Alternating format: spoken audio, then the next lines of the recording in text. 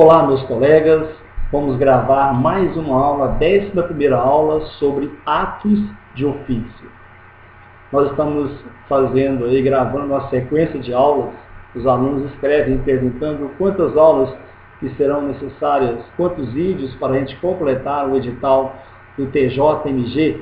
Acredito que seja em torno de uns 40 vídeos, 20 horas, para que nós possamos esgotar o edital do TJMG. É uma matéria um pouco complicada para quem não é da área, mas se você rever esse vídeo várias vezes, com certeza você compreenderá e entenderá e conseguirá o seu objetivo, que é ocupar um cargo público, né? Você não pode nunca se esquecer de que a vitória depende de você. Muita persistência, muita garra, muita disciplina, estude muito todos os dias para que você possa alcançar o seu objetivo. Esse vídeo tem por fim, de forma simples, colaborar com você estudante, com você concurseiro que está aí buscando a sua vitória, buscando aí o cargo de servidor público. Que Deus abençoe nosso trabalho. Hoje, ainda falando sobre petição inicial, nós vamos falar do indeferimento da petição inicial. Vamos falar do indeferimento da petição inicial. O indeferimento da petição inicial ocorre nas hipóteses previstas no artigo 295 do CPC, gerando uma frustração em relação ao autor, que assistirá ao desarte da ação fora de seu tempo esperado. É importante que vocês saibam que o indeferimento da petição inicial, em qualquer das hipóteses que nós vamos falar, dar-se-á através de sentença que pode ser combatida através de recurso de apelação, não se admitindo o aproveitamento de eventual recurso de agravo que venha a ser deposto contra a decisão. Vamos lá, então, falarmos do indeferimento da petição inicial. Os artigos 284, parágrafo único, e 295 contemplam as hipóteses em que a petição inicial pode ser indeferida. Quais são as hipóteses? Inépcia da inicial. O que é a inépcia da inicial?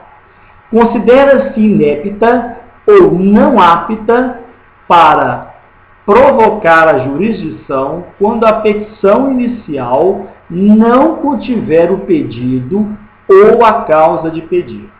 Quando a petição inicial não contiver o pedido ou a causa de pedir. Dos narrados fatos não decorrer logicamente conclusão. O pedido for juridicamente impossível ou quando contiver pedidos incompatíveis. Então, novamente, vamos compreender. Há indeferimento da petição inicial, inépcia da inicial. O que nós podemos falar sobre inépcia da inicial? Considera-se inepta ou não apta para provocar a jurisdição quando a petição inicial não contiver pedido ou causa de pedir, da narração dos fatos não decorrer logicamente a conclusão, o pedido for juridicamente impossível ou quando contiver pedidos incompatíveis. A causa de pedir subdivide-se em causa remota, que relaciona fato, e causa próxima, relacionada com as consequências jurídicas desse fato. A propriedade do bem numa ação reivindicatória constitui a causa remota. A propriedade do bem numa ação reivindicatória constitui a causa remota. Já as consequências jurídicas da propriedade, ou seja, o direito de reaver o bem do poder de quem quer que injustamente o possua, caracterizam a causa remota. O pedido é a conclusão da exposição dos fatos e dos fundamentos jurídicos. O pedido é a conclusão da exposição dos fatos e dos fundamentos jurídicos. Colegas, a causa de pedir e o pedido formam um silogismo. Por quê, professor? Ou seja, os fundamentos jurídicos do pedido, causa próxima, constituem premissa maior. Os fatos, causa remota, a premissa menor. E o pedido, a conclusão. Para que a petição seja apta, é necessário que o pedido seja decorrência lógica de dos fatos narrados. Para que a petição seja apta, é necessário que o pedido seja decorrente dos fatos narrados. O autor narra que o réu, agindo com culpa, causou dano em seu veículo. Ao exemplo, o autor narra que o réu, agindo com culpa, causou danos em seu veículo. O lógico é que o autor requeira o quê? Requeira a condenação do réu a perdas e danos. Se, por exemplo, pedir rescisão de um contrato de compra e venda firmado com o réu, a petição será inédita. E impossibilidade do pedido. Impossibilidade do pedido, imagine que você pede na sua petição inicial um pedido que seja impossível de ser realizado. Um pedido de ser impossível. Imagine que você quer que o réu, conceda a você um livro de Carlos Drummond de Andrade, autografado com a data de 2012 por ele mesmo. Isso é um pedido impossível. Compatibilidade dos pedidos. Quem pede a entrega da coisa comprada não pode pleitear concomitantemente a restituição do preço. Por tais pedidos são incompatíveis. Se os pedidos forem incompatíveis, a petição será inédita. Preste bem atenção. Quem pede a entrega da coisa comprada não pode pleitear concomitantemente a restituição do preço. Pois está pedindo a restituição da coisa, já está pedindo a entrega da coisa, vai pedir a restituição também? Porque tais pedidos são incompatíveis. Haverá compatibilidade se um pedido não for contrário ou antagônico ao outro, de forma que o atendimento de um implique necessariamente a negativa do outro. Legitimidade parte falta de interesse processual. A legitimidade da parte e o interesse processual estão elencados no artigo 295, 2 e 3, como causas de indeferimento, da petição inicial. Vocês, caros colegas, podem acompanhar comigo que, quando se fala em indeferimento da petição inicial, o que vocês podem notar é que o autor cometeu algum erro ou não atendeu os requisitos da petição inicial. Porque, se ele atender os requisitos da petição inicial, com certeza a sua petição será deferida. Vocês já notaram também que a importância dos pedidos, a importância do pedido para a petição inicial. Eu já falei com vocês que o pedido Já falei com vocês que o pedido é o núcleo da petição inicial. O pedido é o núcleo da petição inicial. Agora, outra informação importante. O não preenchimento, dos requisitos da petição inicial, lógico, ocorrerá que o autor terá sua petição indeferida.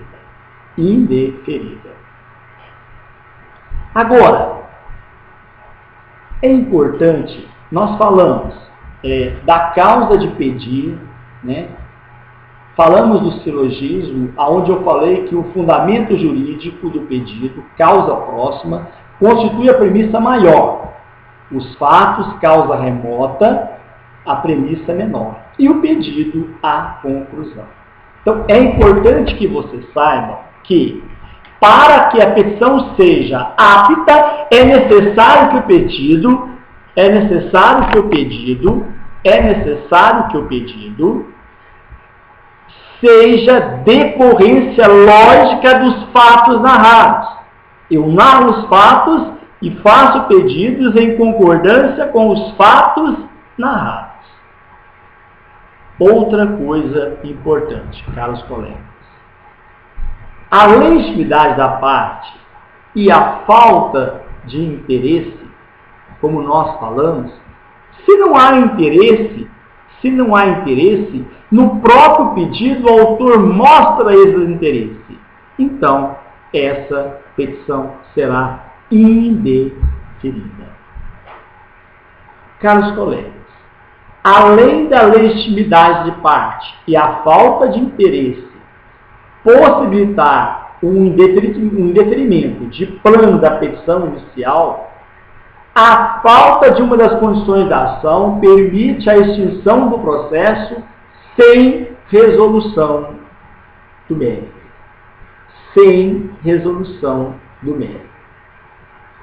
Temos também a verificação da decadência ou da prescrição.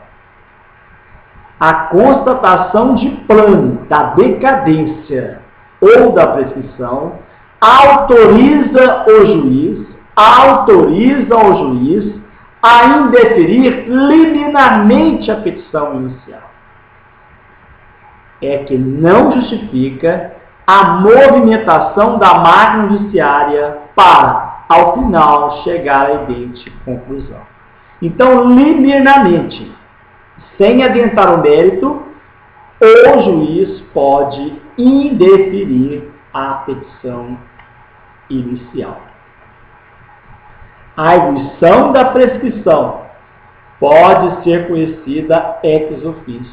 Eu acabei de falar. O juiz pode reconhecer a prescrição.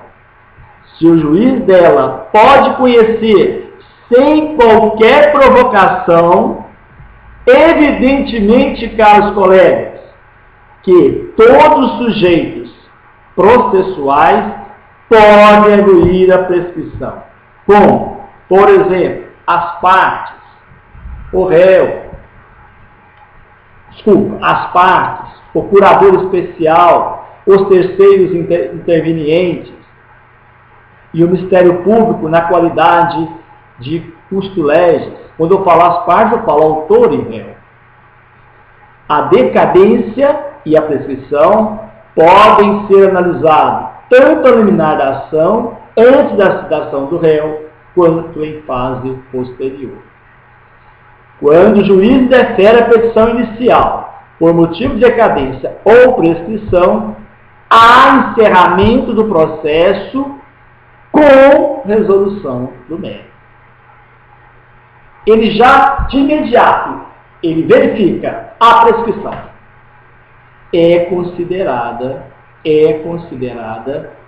que há resolução do mérito. Compreenderam?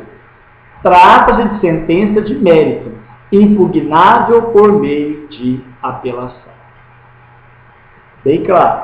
Eu falei com vocês que liminarmente, lá anteriormente, eu falei, a contestação de plano da decadência ou da prescrição autoriza o juiz a indeferir liminarmente a petição inicial. É que não justifica a movimentação da máquina judiciária para o final chegar à evidente conclusão. Agora, é importante que você não se esqueça que a prescrição e a decadência, há encerramento do processo com resolução do bem. Com resolução do bem. A prescrição pode ser decretada depois de deferida a petição inicial, com a consequente citação do réu. Vamos falar mais alguma coisa depois da prescrição e da decadência. A petição inicial pode ser indeferida também pela impropriedade do procedimento escolhido. Verificando o juiz que o tipo de procedimento escolhido pelo autor não corresponde à natureza da causa ou ao valor da ação, indefere de plano a inicial. Indefere de plano a inicial. Acontece que a petição só será indeferida se não houver possibilidade de adaptação do procedimento.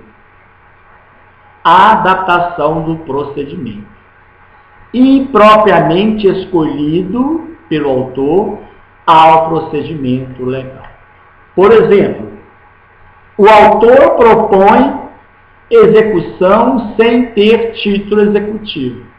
Não há possibilidade de conversão, porquanto implicaria alteração do próprio pedido. Não atendimento de diligências para sanar irregularidades, causa de indeferimento da petição. Constando que da petição inicial não consta endereço em que o advogado receberá a intimação, o juiz poderá marcar o prazo de 48 horas para suprimento da omissão. O juiz marca o prazo de 48 horas para o suprimento da omissão, sob pena de indeferimento da inicial. O juiz assina o prazo sob pena de indeferimento da inicial. Constando outras omissões, defeitos e irregularidades da petição inicial, o juiz assina o prazo de 10 dias para saná-las. Esgotado o prazo e não suprida a omissão, a petição será indeferida. Esgotado o prazo e não suprida a omissão, a petição será indeferida. Indeferida. Esses são os casos, caros colegas, que nós fizemos aí a leitura superficial, rapidinha, do indeferimento da petição inicial. Nós vamos falar agora sobre contestação da resposta do réu. Formada a relação processual, caberá ao réu apresentar sua versão dos fatos, garantindo-se, assim, o cumprimento do princípio constitucional do contraditório. Do princípio do constitucional do contraditório. Não sendo caso de indeferimento, o juiz despacha a inicial determinando a citação do réu. Citado, o réu pode permanecer no silêncio, reconhecer a procedência do pedido ou responder à ação. Se não responder e se tratar direito disponível, sofrerá os efeitos da revelia ou seja, sofrerá os efeitos da revelia. Ou seja, os fatos alegados pelo autor, serão reputados verdadeiros e o processo será julgado antecipadamente. A resposta, caros colegas, é qualquer manifestação do réu em atendimento à citação. Compreende a contestação, exceção, reconvenção, nomeação à autoria, denúncia da lide, chamamento ao processo, impugnação do valor da causa e o reconhecimento da procedência do pedido. A contestação é a modalidade de resposta por meio do qual o réu impugna o pedido do autor. A contestação é a modalidade pelo meio do qual o réu impugna o pedido do autor. Ou apenas tenta desvincular-se do processo instaurado pelo autor. Na contestação, o réu pode apenas defender-se da relação que o vincula ao processo ou da pretensão do autor. Em outras palavras, a defesa pode ser processual ou de mérito. Nós temos aí a defesa dilatória, ou seja, a defesa dilatória a que não atinge a relação processual, mas apenas prorroga o seu prazo. Temos também a defesa peremptória. A defesa peremptória é a defesa que, se acolhida, extingue imediatamente a relação processual. A defesa de mérito dirige-se contra a pretensão do autor. Ela pode ser direta ou indireta. Será a defesa de mérito direta quando o réu negar o fato constitutivo do direito do autor, ou reconhecer o fato, mas negar as circunstâncias a ele atribuídas. Por exemplo, o autor pede a rescisão do contrato e perdas e danos ao fundamento de que o réu está inadimplente. O réu, por sua vez, nega a existência do contrato ou a reconhece, mas contesta o inadimplemento. Será indireta quando o réu, sem negar o fato constitutivo do direito do autor, invoca outro impeditivo. Incapacidade do contratante, modificativo, novação e caso oportuno, e extintivo, prescrição, pagamento ou remissão. A contestação se subordina ao chamado princípio da eventualidade, ou seja, da concentração, segundo o qual toda matéria defensiva deve ser exposta no momento oportuno.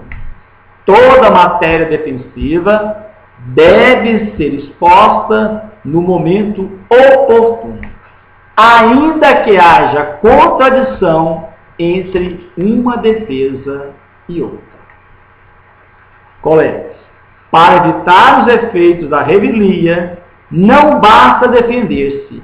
É indispensável, é imprescindível que impugne o réu todos os fatos narrados na petição inicial, sob pena de presumir verdadeiro o fato não impugnado pelo réu. Em determinadas hipóteses, a falta de impugnação do réu, a falta de impugnação do fato não produz efeitos da revelia. Quando isso acontece? se não for admissível a confissão dos fatos. É o que ocorre com os direitos indisponíveis, porque os disponíveis ocorrem na revelia, com os direitos indisponíveis, como o estado e a capacidade da pessoa. Exemplo, no pedido de interdição. É irrelevante o silêncio ou a confissão do interditante. A incapacidade deve ser demonstrada por perícia.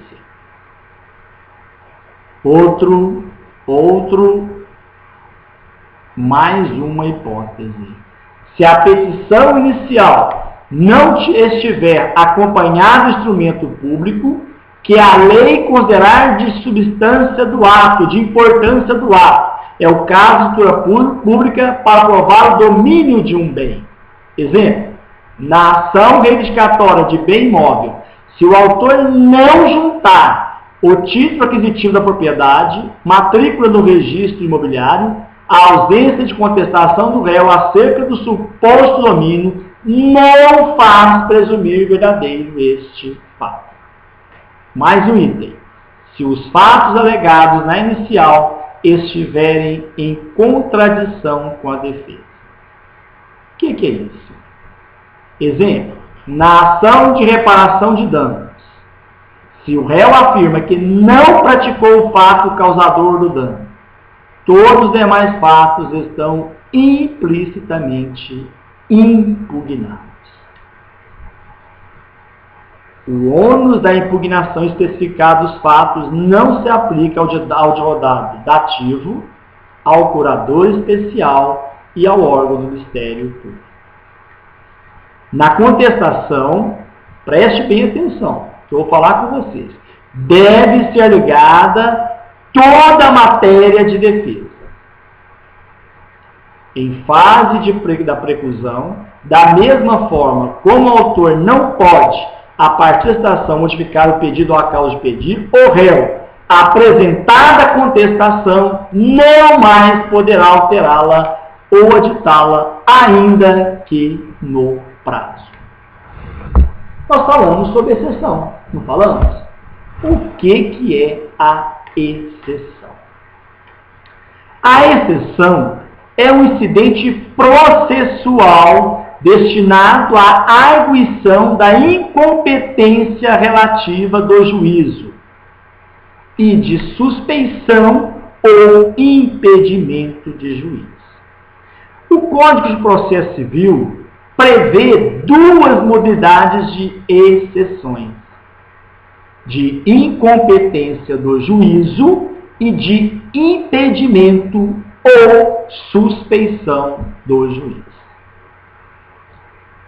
Em geral, a exceção é oposta no prazo da resposta, 15 dias, antes ou junto à contestação e à reconvenção. Tratando-se de exceção,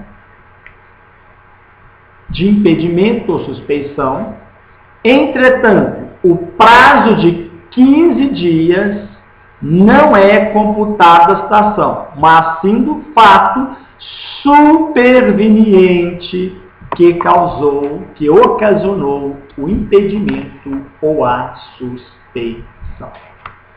Caros colegas, nós vamos ficar por aqui e no próximo vídeo daremos continuidade ao nosso estudo.